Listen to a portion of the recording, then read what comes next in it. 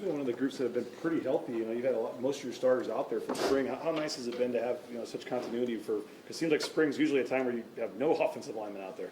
Yeah, normally after the season, those guys are getting some sort of surgery procedure done. Normally you're waiting for like 5 freshmen to come in. There's this big gap, and we've been super lucky to have 19 offensive linemen in the program right now. So that makes distributing reps good.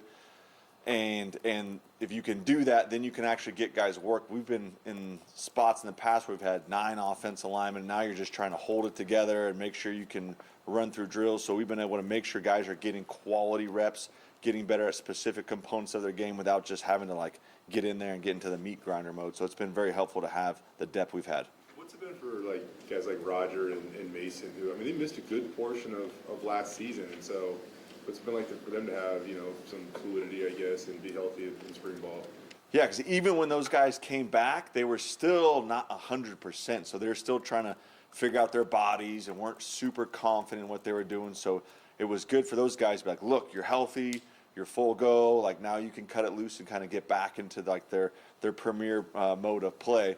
Which even last year when we kind of got them to come back, they were still kind of like figuring out how to manage their injuries. So it's been awesome for those guys to develop and just kind of get good reps where they're feeling at 100% or as close to 100% as you can playing the snaps those guys play. Like those guys' bodies are never going to feel 100% ever again, even when they're 50 years old. So that's the nature of playing offensive line. It's just such a physical, demanding position that it just wears and tears. So it's really good to see those guys out there and looking fresh and moving around really well. As a group, are you guys ahead? Because if I count right, I think 9 guys started at least one game that have returned. Am I right on that? Yeah, I think that's like the first time in my career we've had as much experience coming back at so many different guys that have been able to start meaningful games and get meaningful time. Now that's a product of, we had a lot of guys injured last year that had to miss a bunch of times. So it's good that those guys have game experience. They just know it's you can never recreate it. And we try so hard to create all these situations in the offseason in spring ball that mimic what it feels like to play on the blue. And you just can't recreate that. It's impossible. Just the excitement, the arousal, the emotion, the energy. So it's one thing to try to simulate it, and we can say, hey, we're having scrimmage 2, and it's like a game, treat it like it's a game. And those guys are like, well, yeah, it's not a game. It's not a game. So it's good just to get those guys that have game experience to know, because they know, like, okay, I have to have a little bit more urgency in just everything I do, because they know what it feels like to have a good play on Saturday and have a bad play on Saturday. Like they feel that, so they know that they can work to put themselves in the best position possible. With Cage, I mean, he had a couple decisions he could have made. He could have gone to the NFL. He could have maybe tried to get a major payday somewhere. I mean, for him to be here, how big is that for your group, and what does it say about him too, I guess, in terms of just his mindset, that he thought this was the best place for him? I think Cage falls under that umbrella of guys similar to Ashton, where he is a bona fide NFL guy, so he knows that he can develop here.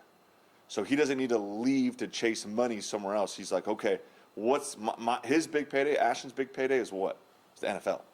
So he's not going to go chase a couple little extra dollars here and there and a car here and there, because they know like it's about the development. Like that's our whole thing, is guys developing, and like that's what the NFL scouts said. They've said, hey, we're really glad that he's staying, because we know like he can develop and he can still improve. Like as good as Cage is, like he still has the components of his game he's trying to work on and master. So he can do that here, as opposed to if he transfers, now he's learning a new system and he's learning where the bathroom is and what the call to the right is, and that just takes time. Where here he can just focus on his development, his growth, and be better than he has been yet. So we're real excited that obviously that he's here for his own good too, because it's going to help him develop and increase his chance, his draft stock. In terms of that draft stock, I mean, maybe only for another week, but right now the highest player ever drafted from Boise State was a left tackle, or was a lineman, I mean, was a tackle. I mean, the history of tackles getting drafted here and the success they've gone on to have in the league too. I mean, just to say, like, yeah, you can stay here and you can be a first-round pick at Boise State. You can make that all your dreams happen by staying here. How much has that history of what the draft's done for this position here help? How much did that help with that?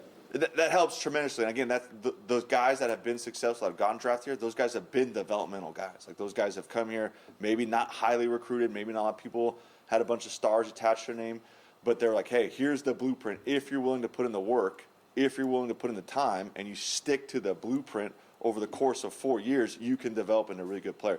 And that's hard to do. That's even hard to do now more than ever with the NLI stuff, with people leaving and getting frustrated. It's like, man, can we work without immediate reward? Can you put in extreme, intense work without someone patting you on the back immediately? And that's hard to do. And the guys that do it, the guys that do stick it out, they've shown that it helps in the long run for them to be really, really good players in the NFL. What makes Cage Casey a bona fide NFL guy, like you said? Again, I don't know. It's not me that says, like, when people say that to me, like, I thought Kate Beresford was a bona fide NFL guy based off his measurements, how he tested, his mentality, how he prepared, and obviously that didn't work out as well.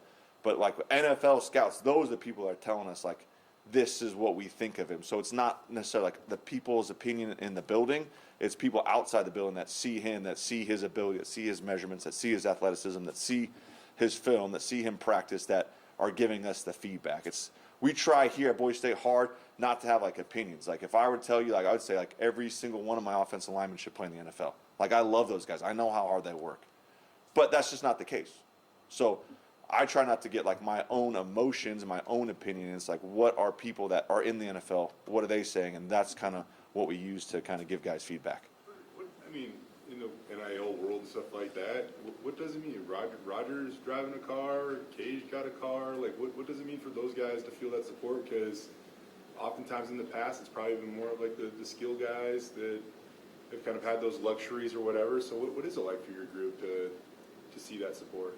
I think, again, the big thing here, like whenever we're trying to find guys that fit our place, it's guys have to be interested in value. Coach Danson talking about this. Like, Boise State has a ton of value for these guys, a ton of value, on and off the field, And the cool thing about living in an awesome town like Boise is they love football, and they want to help. And their Boise Nation is going to come out, and they're going to support us, whether it's game days on Saturdays and being super loud and the conference championship, or whether that's local businesses finding ways to get guys a little something here and there. We're never going to outbid anyone. It's never going to be, guys that are chasing currency. So the guys that we have that are getting, little things, little cars here and there, it's because of Bronco Nation. Like, those guys want to support the team. That doesn't mean you need to write $1 million check to just a random kid. It is like, okay, these guys have proven it on the field. Now people in the community want to help support them and make sure that they feel welcome. And whether it's a sandwich or a hamburger or a car, like there's little things that the community does to support the guys. And it's an awesome place to be. Like, love this place because of how much community support we have.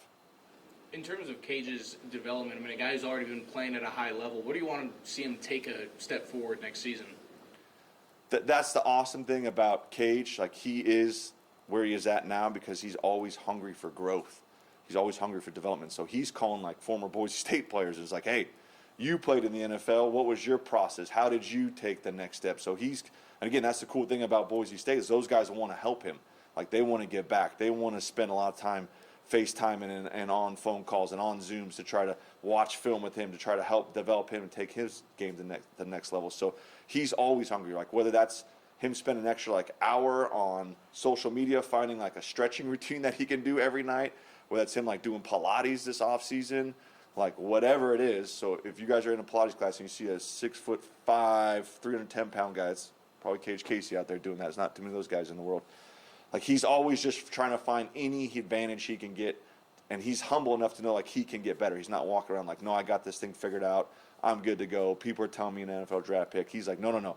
I have to get better. Like, what can I do when no one's looking, like in the evening at his apartment on the weekends in June and July, to put himself in position to play his best ball? Because he loves his team. Not because, again, he doesn't come to us and say, how can I increase my draft stock?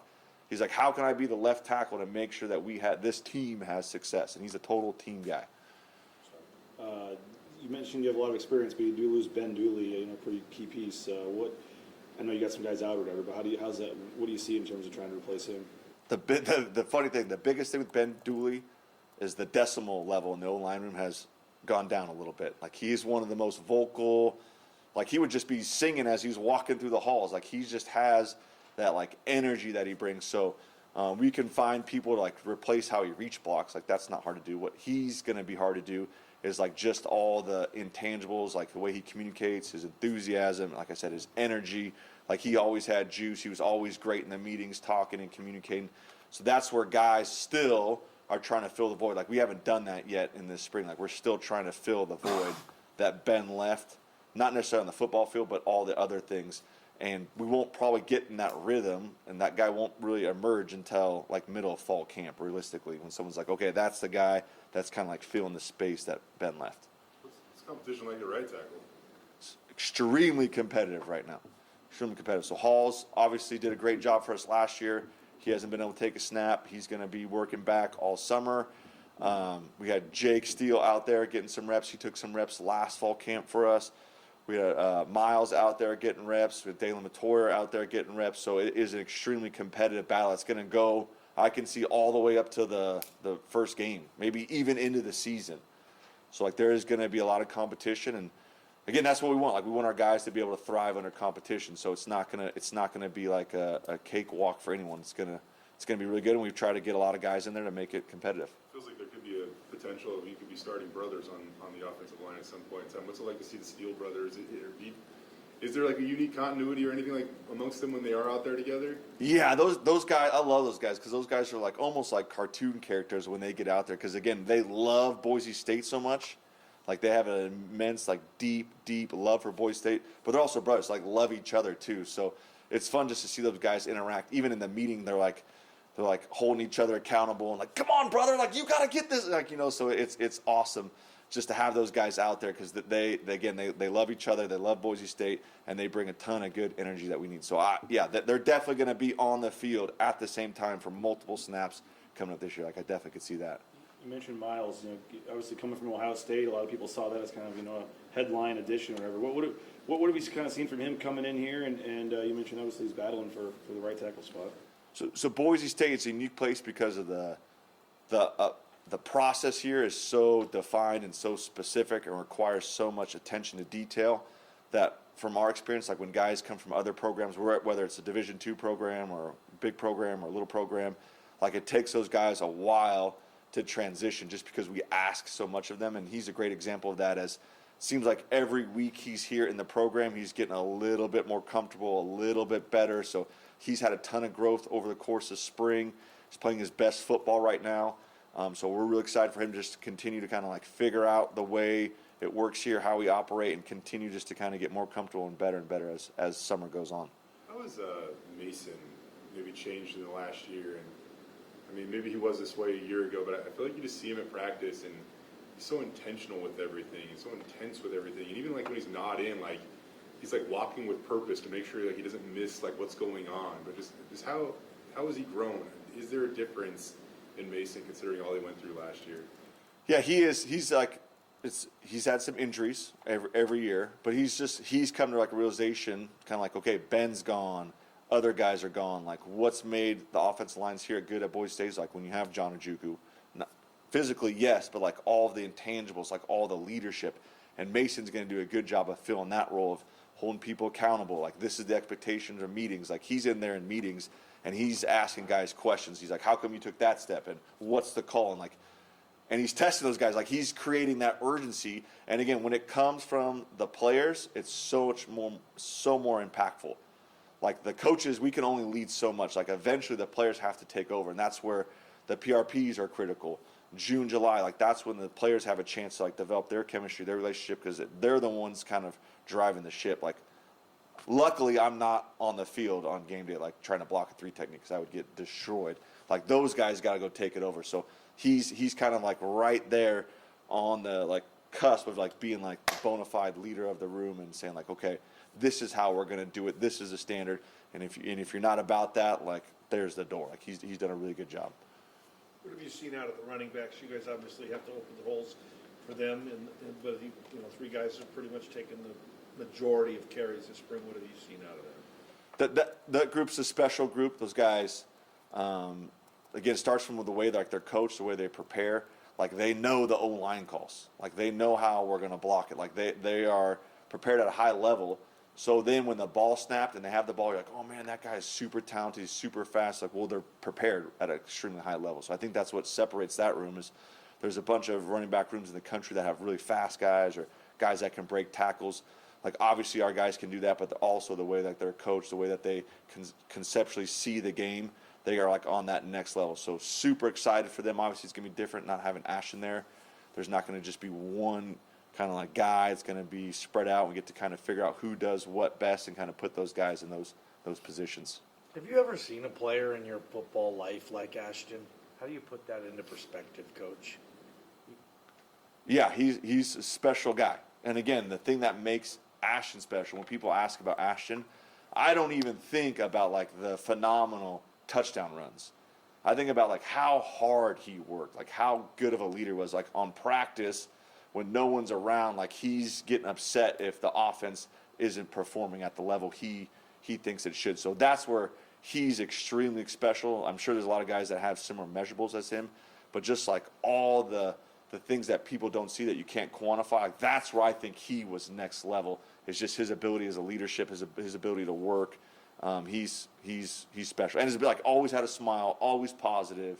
Like he's a special dude. I hope he's gonna have a super long career. We all get to watch him see do big things.